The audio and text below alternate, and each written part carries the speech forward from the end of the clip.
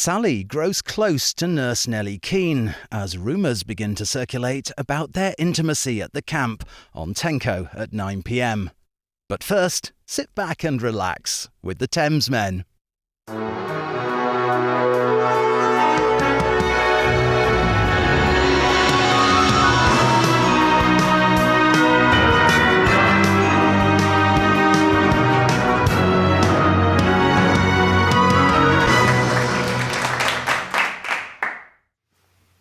Hello. Hello. Oh, God, how many times have we done that? Oh, probably about 422, I reckon. Okay. Do you think we made that amount of videos? Probably. Yeah, I think so. We made quite a lot of videos, but God, we didn't always amazing start like we that, still though, got- did we? No, how did we used to start? Oh, the original Thamesmen The sign. Thamesmen. Welcome to the Thamesmen. Yeah, we should have a fanfare. What? Like trumpets? Yeah. I think actually kazoos. We should have kazoos. Oh, yeah, kazoos. Kazoos? The best instrument ever. Do you remember? Oh, by the way, I'm George. I'm in Los Angeles. Hello, George. My name's Alex. I'm in San Francisco. We are British, but we've moved over to America, and we both live on the West Coast. We're old friends, and this is a reaction channel, and you can tell we're old friends because it takes us bloody ages to get to the music, but we have a good time getting there, and you're welcome. You're welcome to come on our little journey with us. Now talk about, just go back to the kazoo thing. You remember when you were in that band years ago? Yeah. Do you remember Rich played a gig and he had a kazoo? No, he brought kazoos for everyone, I think, if I remember correctly. There was a Did he? kazoo night, and it was like kazoo solos. And what was the song which had the kazoo in it? Was it Allmat? Do. Was it something Was like that it? Ah, that was great. Good times. So if any of you want to look for some super rare music that Alex was playing in, the band was called Toad. Yeah, because the Beatles were taken. Tiny oranges are dangerous. Yeah, Toad. good times. No. Good times. Yeah, more should be done with the kazoo. It should be a national instrument of some country. Do you think countries have national instruments because they have national foods? I think Like obviously the French would have the French horn as a national instrument, and Germany would have the tuba, and England would have, I don't know, what would England have? Probably fanfare, some sort of horn. or like something like Morris dancing, but that's not music per se. No. Yeah. Is there? And this is a good. Yeah. Is there? National instruments. I mean, they link everything to everyone somewhere. So Australia would be the didgeridoo, maybe. Yeah. The United States does not have an official federally recognized musical instrument, Okay. but others do. God Almighty, they do. So an Arab country is oud. Argentina is a button accordion. Australian didgeridoo. See, got There it. you go. Okay. England. But wait a minute. Bangladesh. Oh, I don't know that. There's some. Lots of instruments I don't recognise. China is a quin. Okay. Okay. I'm trying to find United Kingdom. That'd be done. Is it united anymore? The kingdom. Barely. Wales. What's that? You'd think it's the umbrella, but it's harp. Yeah, that makes sense. Yeah. Okay, here we go. United States does have one. What's that? Absolutely fucking classic. Banjo. Banjo. Absolutely, and I can't find one for United. United. Is there another? England. Would we call it Britain, England. or is it? Okay, England. the English cornetta. So it is a small reed instrument, isn't it? Is that what it is? I thought cornet was a type of trumpet.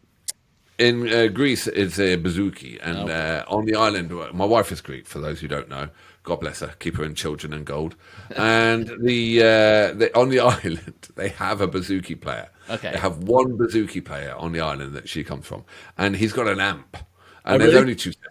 Yeah, there's only two settings on this arsehole's amp because he turns up in every freaking every time there's some christening or whatever, it's like he turns up to play, and it's like, who invited a bouzouki player? And no one ever knows.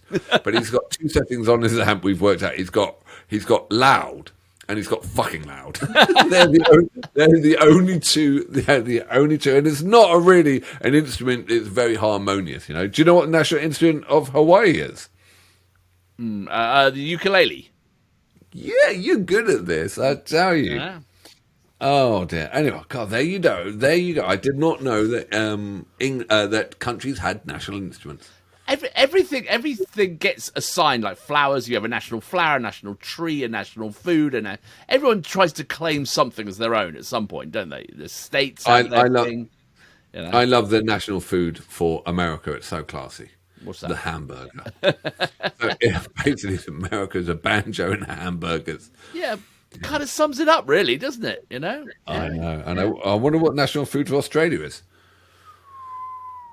Shrimp on the barbie, mate. Yeah, maybe shrimp. Yeah. Shrimp, yeah, that'd do. All right, well, what are we doing on Chisel Week today? Well, we are Cheap Wine is the track from 1980, and we have some notes. Would you like me to read the notes? I'd love you to read them notes. I'll read the notes. So this is kind of early on in their career, 1980. So this is a Don Walker special and Chisel's first top 10 hit. A song about life on the skids, but you're still enjoying it. Walker explained later the band was together originally for 7 years, but they could only afford to eat for the last 2.5. That's a long time to go without food, really, isn't it? Yeah, we need to do that. Yeah, I definitely need to do that, actually. Yeah, I could probably go on a 7-year tour. Let's get the band back together. The rocket fuel mentioned has had the exact proportions lost to time, but was described as 3 types of white spirit, probably Bacardi, vodka, and tequila, and had no mixers, no colouring, no bullshit. Oh, God. that you could actually market that, couldn't you? Well, no colouring, no bullshit. Yeah. That's a great tagline. Yeah, for rocket fuel. Yeah, exactly. Yeah. All right, well, let's do it. Let's check it out. Cold Chisel has been absolutely fantastic. This has been a great week, so this is going to be good. I know it. Can't wait.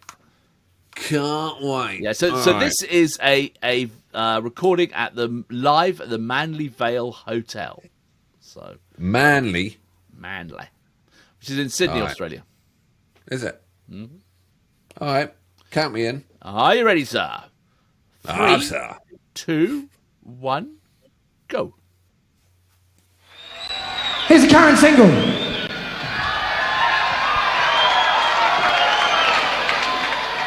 Excuse us, well, Don dies. Once I smoked a Denman cigar, I drove a foreign car. Well, baby, that was years ago.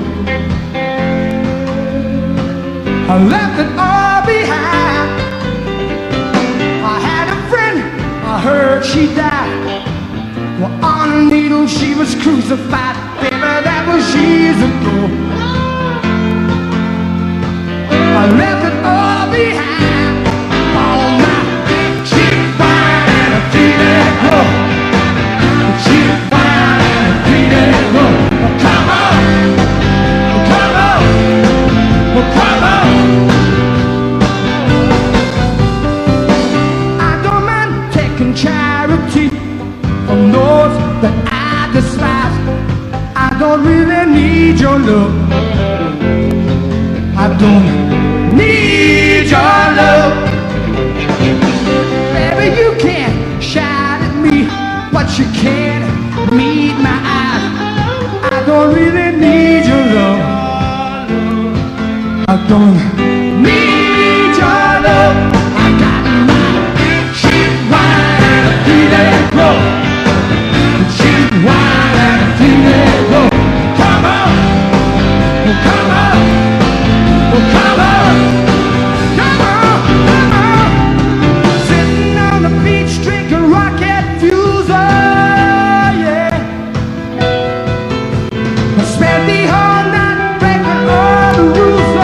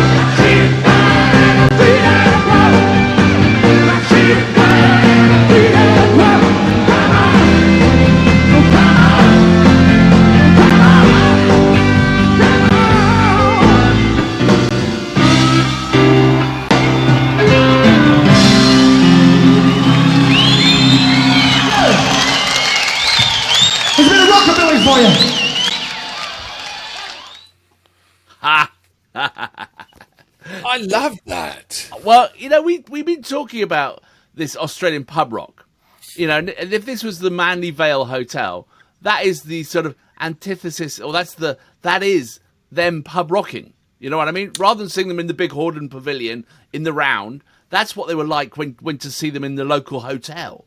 Yeah, but that's brilliant. that was a neat little crafted song. Yeah. It's got such a great hook in there. Yeah, And they are. I tell you, if they're an A&R man's dream. If you were to stumble onto that band and you had Mossy in there and you had him on the lead vocal, and oh my God, you would immediately sign them. They were bound for great things, wouldn't you?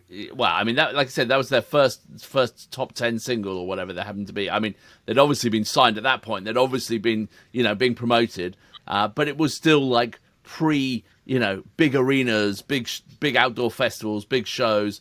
This was them in their youth looking, who would try to imagine where they could end up, and that's what I thought is like brilliant. I just wondered how long they would have been together for, because, I mean, we've just spanned like 30 years over that. But that, I actually really loved it. And I actually just imagined me being in a bar playing pool and that music coming on and that hook coming on. And it's like, it's a great track. I hope, and they say it was a top 10 hit? Or did they said it was a top 10, well, their first top 10. Now, you see, that was from 1980, apparently. But they're 50 years ago, 52 years ago. Well, no, 40-something years ago, but 42 years ago. 42, yeah, I apologise. But still, God damn it. Nearly half a century. Yeah. But, the thing was that I think by the sounds of it, they were like, okay, just doing a bit of sort of detective work. If in the notes said that they were like 7 years together and the last 2.5 was only when they could eat, and they started, from what we saw, like the first song we did this week was 1979. Which was their sort of early on, So, and then I think they split up in 83 or 84, and then they didn't reunite till 88, and then so there was sort of there wasn't a huge window that they were, the first time around, if that makes sense. Yeah, no, they started early. I mean, you're right. They weren't. They started in the early 70s, 73. Okay, was that when they were real? Like, okay, but then real small, and then you're right. They disbanded in 83 and reformed several times.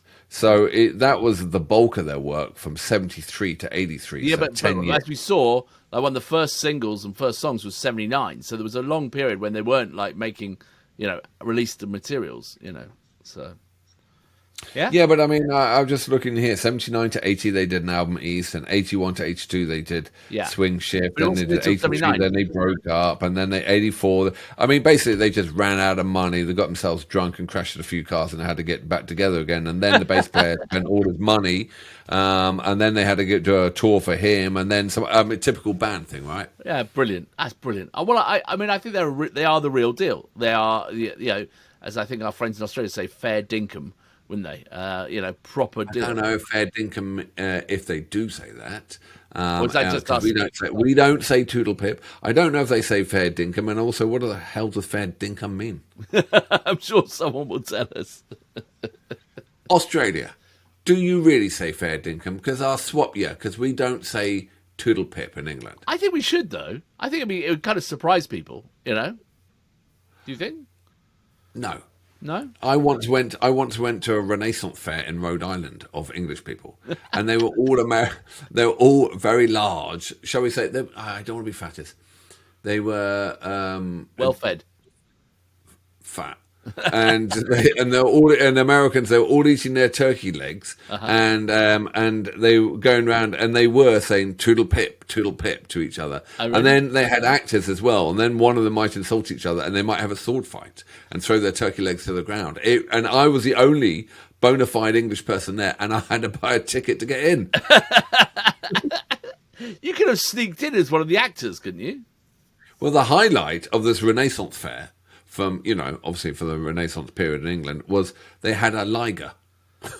Really? A real one? Just Or a like, tough one? where the hell did, you know, it's like we have July the 4th, we have the July the 4th parade here in the little town I'm in America. And it's pretty small, whatever. And their main feature of the July 4th, every year they have a Jeep, an army Jeep with a paper mache nuclear rocket on the back. Oh, really? And everyone waves to it and they throw candy out. And it's just like, God damn it, America, get the Liger out. Well, come on. Okay. Back in the, I'm sure they didn't have Ligers in the Renaissance back in England, but they did have dancing bears, though. You remember around where we grew up was the bear pit. Do you remember the bear pit? Yes, that's absolutely true. So down by some of the old houses that are owned by the Catholics, they had bear pits. And we know where they are. Yeah. Where it's where they would fight the bears in England. Yeah, down near the River Thames. Down in Hardwick was a bear pit, wasn't there? where the Catholics came from. Do you know Hardwick? They actually found a load of weapons down there. Oh, really? What, like insurrection kind of stuff? No. What? Catholic weapons. What are Catholic weapons? Like a big cross? IRA. Oh no! Really? They did. I don't think it was associated with that family. Okay. But they found a whole big cache. Well, a cache of them in the woods, did they? Buried or whatever. I don't know the ins and outs. Oh, wow. Maybe we should have got onto this subject. Because you studied on Ligers. Well, yeah, and the nuclear rocket of Larkspur. Yeah. Anyway, I'm just saying that in England we may not have had Ligers, but we did have bears. But they didn't have one at the Renaissance Fair, so they just managed to get a Liger. And I tell you what, I was very impressed with the Liger. They're ginormous. I bet they are. I probably wouldn't mess with a Liger. Well, they're more than a tiger. Because they're a lion. They're a liger. But they're really, really big. Okay. I mean, I had to put my chicken wing down, my turkey wing down. You know what I mean? Oh dear. Excellent. You're welcome to the next Renaissance Fair if I ever go to one. Renaissance fairs are a very strange thing. They have here. Sorry, we are getting waylaid. They have here in England. In SF, they have and it got cancelled. So I was going to go. They have a Dickens fair, and you dress up as your favourite Dickens character. Oh, really? Were you going to dress up? Were you? No, I would have gone. Yeah. Yeah. Who would you dress up as? Ebenezer Scrooge or someone like that. You could have gone as Miss Havisham. I think the Ghost of Christmas Past or something like that. Or was that what's that guy Uriah Heep. I could have gone as Uriah Heep. That's the best name ever, isn't it? Obviously, you know. I know. Yeah, he was named after a band, I believe, wasn't he? He was named after the band. The band had been around so long that they named a Dickens novel after him. Yeah. Oh, Jesus. All right, that's classic. All right, well, we got one day left of Chisel Week. Yeah. Chisel Day. So how are we going to end up the last day of Chisel Week? Let's see. By the way, we have merch. We have some very rare T-shirts. Maybe some left. Yeah. Got to if check you the link below. Now look at rare merch. We only printed a few of them, so perfect for Christmas. There, Christmas is coming. Make sure you get your T-shirt, and it will be posted by Alex's fair hand. He might even. It will be. You could sign it, couldn't you? No. You could either pay full price, right, and get a fresh T-shirt, or you could pay half price and get one unwashed. Well, one of your old T-shirts, any old T-shirt. No, I'll just wear that one for a week before. If I was some young nymph with pert young breasts, people would pay a fortune for it. For a middle-aged man, they want money off. There might be some creepy people out there go, yeah, I want it. I'll wear it. I'm not proud. I'm not proud. Look, anyway, let's get on. Let's subscribe so you can find out what else is coming, because there's lots of good stuff coming. And let's move on to the last day of this week's Chisel Week. What is it? See you tomorrow. Take care. Flip side.